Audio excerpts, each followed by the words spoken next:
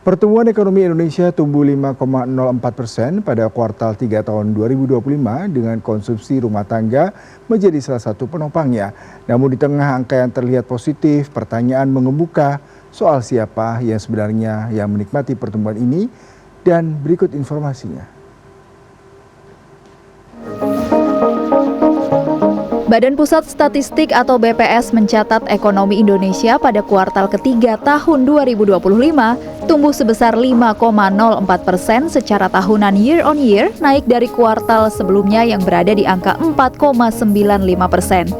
BPS menyebut sumber utama pertumbuhan ekonomi pada kuartal ketiga tahun 2025 berasal dari industri pengolahan, perdagangan, dan konsumsi rumah tangga yang tumbuh sebesar 4,89% secara tahunan atau year on year dengan kontribusi mencapai 82% terhadap PDB nasional. Dari sisi domestik, kinerja perekonomian pada triwulan 3 2025 ditopang oleh konsumsi masyarakat yang masih terjaga. Hal tersebut diindikasikan yang pertama oleh konsumsi per kapita jasa makanan dan minuman dan akomodasi serta barang dan jasa lainnya. Namun fakta di lapangan menunjukkan cerita berbeda. Banyak warga mengaku belum merasakan pertumbuhan ekonomi yang diklaim meningkat. Daya beli turun dan penjualan tidak sesemangat tahun lalu. Dari kita ini sebagian nggak begitu kayak dulu, Mbak. Makin minus, Mbak, ini sekarang. Makin sulit. Bukan kemakanya, sehari saya ini menarik cuma sekitar 4 kali 3 kali, itu udah ya paksaan, Mbak, itu. Harapan kita biar mudah-mudahan baik kayak yang dulu lah, Mbak, kita enak, biarpun sedikit pun lancar semuanya. Ya, kalau ekonomi untuk pertumbuhan ya keinginan kita untuk masyarakat bisa tolong lebih diperhatikan lagi gitu ya. Tolong jangan melihat ke luar negeri, tapi tolong di dalam negeri diupayakan dulu.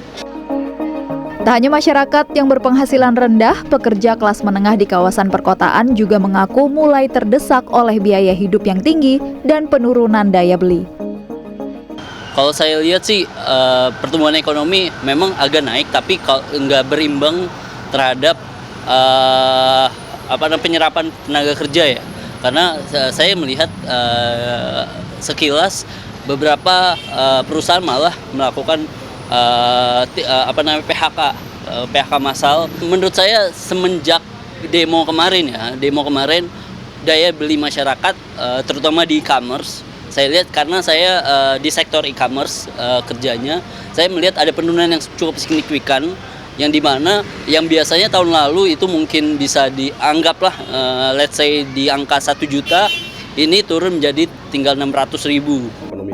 Kondisi ini dibenarkan oleh ekonom senior dari Center of Economic and Law Studies atau CELIOS, Bima Yudhistira Adinegara, yang menilai pertumbuhan ekonomi Indonesia belum berkualitas.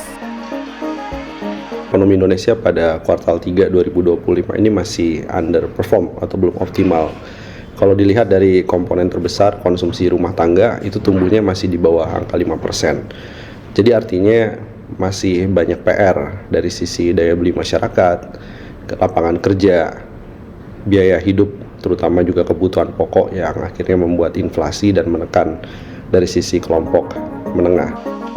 Lebih lanjut, Bima menyebut dengan datangnya momentum perayaan Natal dan Tahun Baru, seharusnya membuat konsumsi rumah tangga lebih meningkat, ditambah dengan adanya realisasi investasi yang lebih berkualitas untuk menciptakan lapangan kerja serta kenaikan nilai ekspor, maka Indonesia seharusnya bisa mengejar pertumbuhan ekonomi yang berkualitas di atas angka 5 hingga 5,1% pada kuartal keempat tahun 2025, sehingga pertumbuhan ekonomi positif dapat dirasakan langsung oleh masyarakat.